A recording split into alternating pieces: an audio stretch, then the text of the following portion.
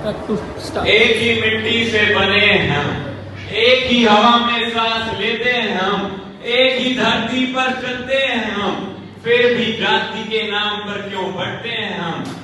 किसी को ऊंचा किसी को नीचा, किसी को छूने का है डर, किसी के साथ बैठने में है शर्म, आखिर किसने बनाया है धर्म। जाति जन्म से मिल सकती है, लेकिन इंसानियत की असली पहचान उसके विचार, उसके काम और उसके व्यवहार से होती है। आज मैं आप सभी के सामने ऐसी ही एक कहानी प्रस्तुत करने जा रहा हूँ, जहाँ पर कुछ बच्चों को केवल इसलिए तंग किया जाता है क्योंकि उनकी जाति अलग है।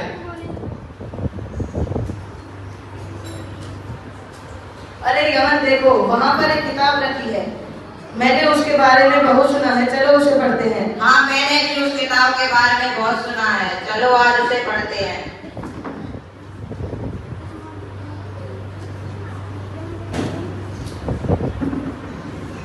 देखो देखो, हमारी किताब को छू रहे हैं। चलो देखते हैं। रुको, तुम हमारी किताब को पढ़ नहीं सकते हो? क्यों, हम तुम्हारी किताब को क्यों नहीं पढ़ सकते? पता है तुम कौन हो? तुम्हारी किताब को छू भी नहीं सकते हो। हम जानते हैं कि हम नीची जाति के लोग हैं, पर हम यह भी जानते हैं कि ज्ञान पाने का अधिकार सबको है। नहीं, नीची जाति लोगों को शिक्षा प्राप्त करने का कोई अधिकार नहीं होता। इसी वक्त मुझे एक किताब दे दो।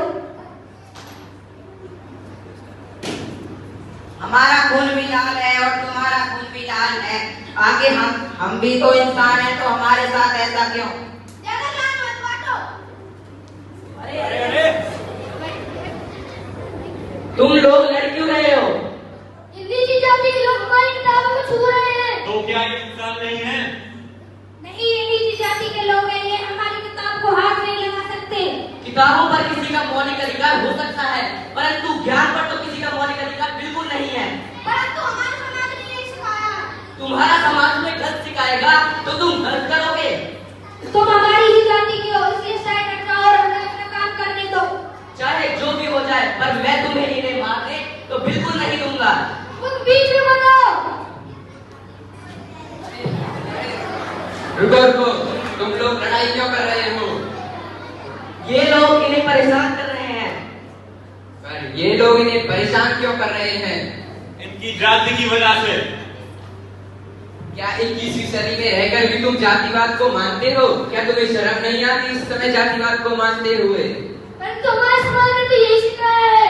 तुम्हारे समाज में इनको इनके काम के ऊपर बांटा था, ना कि इनकी जाति के ऊपर। अगर ये लोग डॉक्टर, इंजीनियर या फिर कुछ भी बने और कहीं भी जाएं, जब भी इनको बांटा जाता है केवल इनकी जाति के ऊपर, क्या यह उचित है? नहीं, लेकिन नीची जाति के लोग तो नीची जाति के लोग होते हैं। जब संविधान ने जितना हक तुम्हें दिया है और उतना ही उन्हें, तो इनके साथ इतना भेदभाव क्यों? ज्ञान पाने का अधिकार तो सभी को समान है, फिर तुम इनके साथ ऐसा क्यों कर रहे हो? तुम्हें भी इस चीज में हमारा समर्थन करना होगा। नीची जाति करते करते ही अंग्रेजों ने हमारे बुजुर्गों को 200 साल से भी ज्यादा सालों तक गुलाम बना के रखा था। क्या तुम भी किसी के गुलाम बनना चाहते हो? और नीची जाति कभी भी ऊंची जाति की बराबरी नहीं कर सकती। क्या ये उस हवा में सांस नहीं लेते जिस हवा में तुम सांस लेते हो? क्या ये उस धरती पर नहीं रहते जिस धरती पर तुम रहते हो? तुम में और इनमें क्या फर्क है? फर्क है तो केवल जाति का, वो बिल्कुल भी नहीं होना चाहिए। नीची जाति के लोग कभी भी हमारे समान नहीं हो सकते।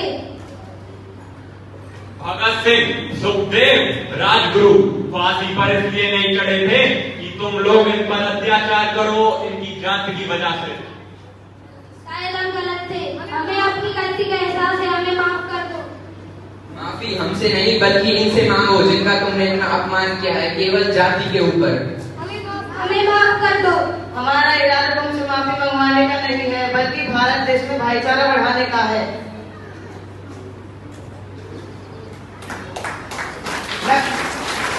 लगता है हमारे देश में अभी भी कुछ कमियां हैं, जिन्हें हमें सुधारने की आवश्यकता है। देखा, मैं कहता था कि किस तरह जाति के नाम पर इंसानों को उनके अधिकारों से वंचित किया जाता है।